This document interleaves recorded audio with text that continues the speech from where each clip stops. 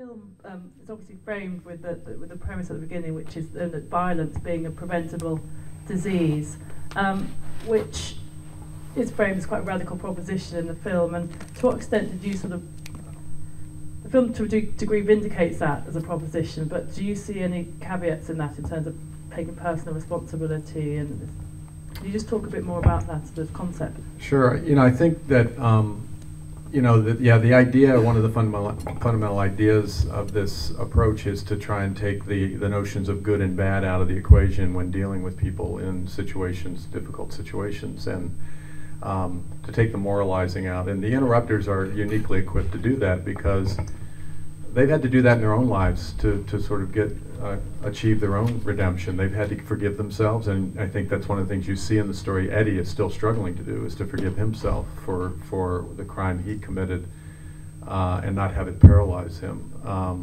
And so, you know, I think they're sort of uniquely qualified, and they just understand that when they're dealing with people, that the last thing they want to do is moralize with people when given their own past. And I think that it's very effective, and what it allows them to do, I think, is to actually get around to that place of getting people to do the right thing for other reasons than because it's the morally sound thing to do, but they find very practical reasons to communicate that. I love that moment on the bench with Kobe and Kenneth, the young brother, the brother who's, you know, fighting his other brother, and he says, "So you guys are upping weapons at each other. That means you have to go to sleep at night with one eye open." I mean, it's like a perfect Kobe thing to say, because it's sort of like, yeah, that's like ridiculous. That's crazy. It's not, you know, he's not saying you're brothers at that point, you shouldn't point weapons at each other. He's saying that just doesn't make sense. And so I think those kind of strategies can work. I think the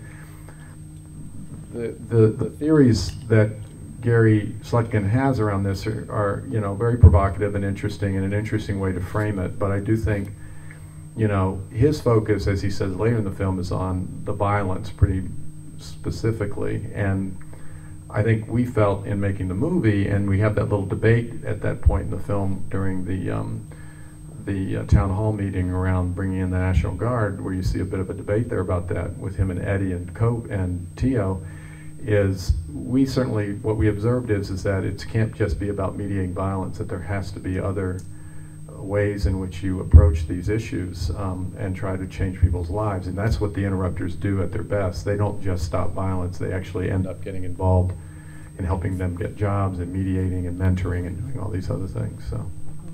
And being preemptive on a deeper level than just reactive to situations. Yeah, exactly. We haven't got that long, so we've got to wrap up at 9 o'clock. So I just want to give the opportunity to open it out to the floor, whether anyone had any questions. Otherwise we can keep going. Does anyone have anything they want to say, comments or observations? We actually need a drawer. Just grab them. Sorry. Grab them right. Thanks very much for the film. I guess it's a question to both of you. You kind of answered it, James, but I was really interested to hear Eddie saying that for him it was more of a band-aid, whereas the founder, what was his name, sorry, was it? Gary Slutkin. Gary, you know, he was very much intervention. I just wondered if you could maybe step out of being a filmmaker, what your opinion is, and maybe, Simeon, you seeing it, you know, what you think about it. Quickly, I think my view is that there's truth to both those positions, that clearly if you can make a difference in the level of violence in a community, it will make that place more hospitable to the residents and probably help in terms of other kinds of change. But I don't think just addressing the violence alone can do all of that. And I think Eddie's point is that some of those other issues, poor schools, lack of opportunity, jobs, lack of hopelessness, are the sort of fertile ground for violence as well. So, you know, we thought it was a really interesting debate, and we kind of wanted to put it in there and lay it out there and hope that you as an audience sort of think about it and maybe debate it yourself. I think the founder, well, I think one of the founders of that program, I think he alluded to the fact that, you know, we intervene so that we can change the norms and the trends and patterns of behavior in that community, so that it's able to develop, and we're able to increase investment there, and we're able to start some kind of some kind of sense of regeneration. So of course, you know, we do want people to flourish, and many of them are clearly outside of the so-called American dream, and they clearly are on the margins and the periphery, and the opportunities are few and far between, and there does need to be real significant social reforms in America. That's about question.